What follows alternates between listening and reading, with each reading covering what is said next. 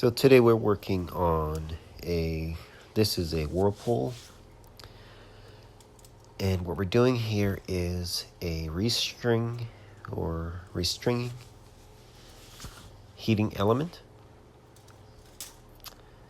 So you can do this if, for example, you don't have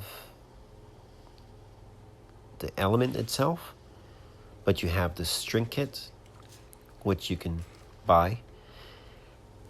I will post, it is a Frigidaire element wire, that particular unit. And you could use this on Whirlpool,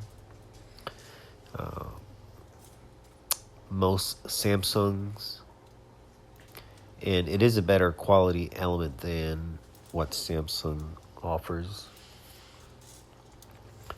And it takes, doesn't take that much time really. I stock this element, but in this case I ran out of the housing itself, which is a lot quicker. You just pull one out, you slide one in, it's done. But I figured, well, let's do a video on this. So it's pretty straightforward. I will let you watch.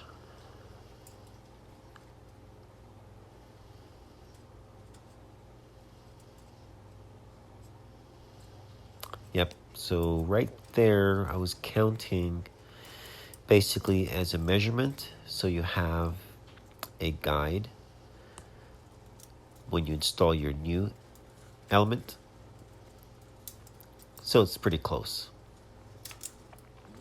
Now on the new element, you had to just make a slight adjustment for the length of the wire that is going to be sticking into, or I'll explain when I see it, when I show it, so it's easier for you to understand.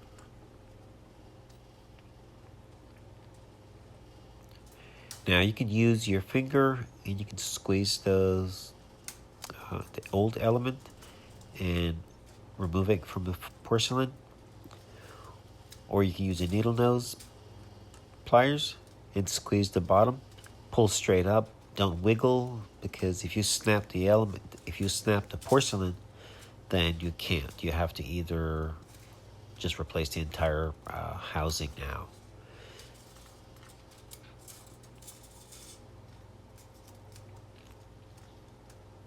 And those snap right on in. Basically, just make sure they're seated well.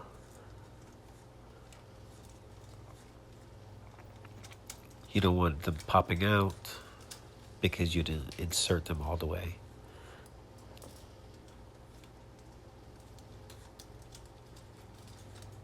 And you can always check your work afterwards, make sure everything is secured.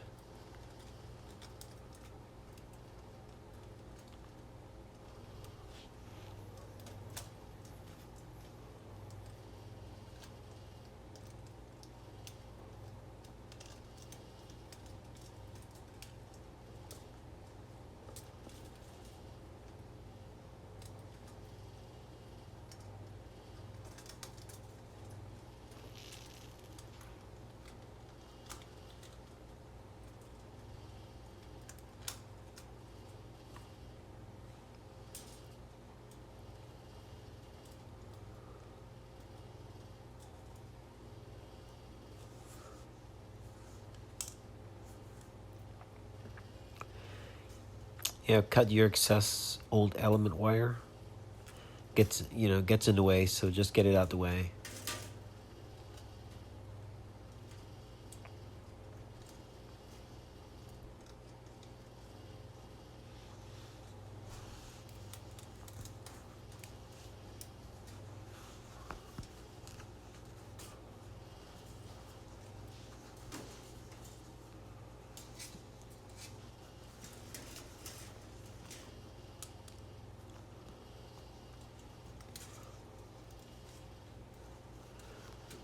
So now the element is turned over pretty much, and we're going to be doing the other side.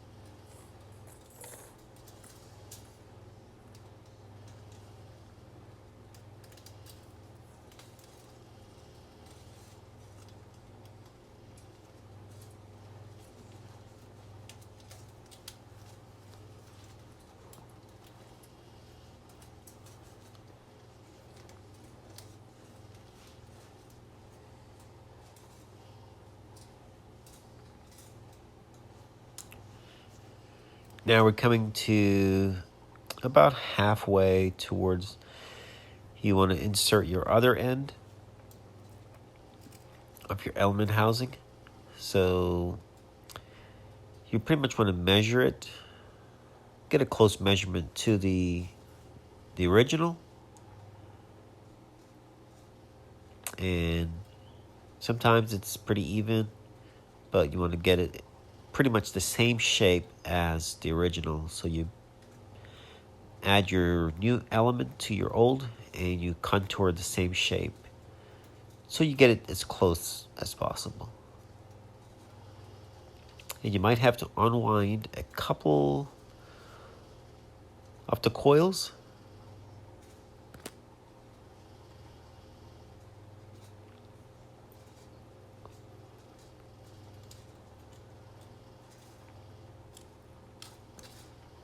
And once you've inserted your coil, there is a tab on the end of your element. You just twist it. It's a tab, and that keeps it from rattling out.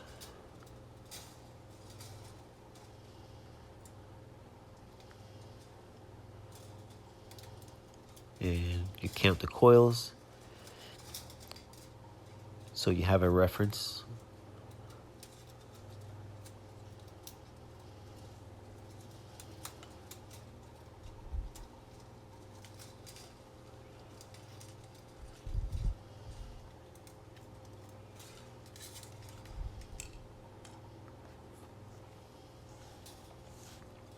By the way, this coil is a lot cheaper than the original element.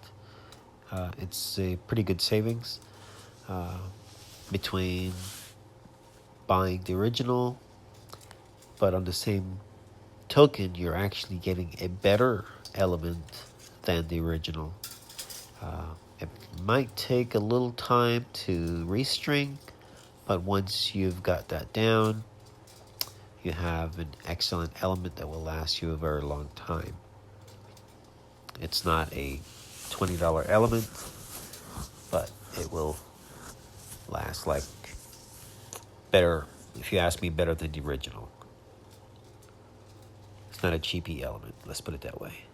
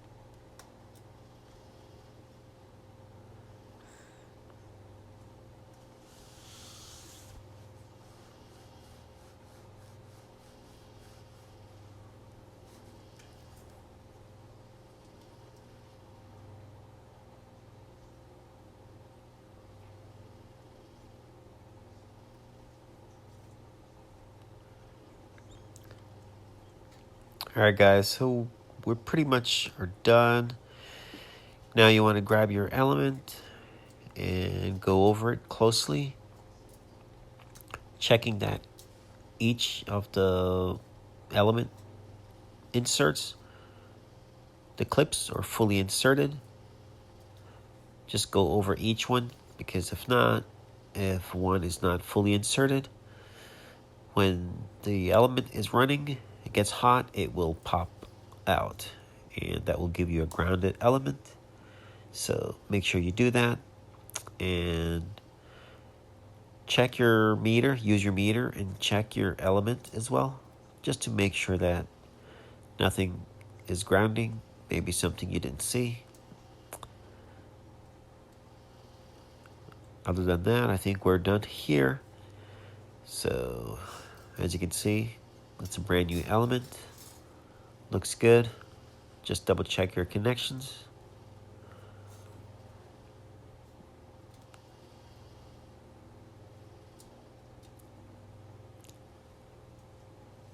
Alright guys, like and subscribe.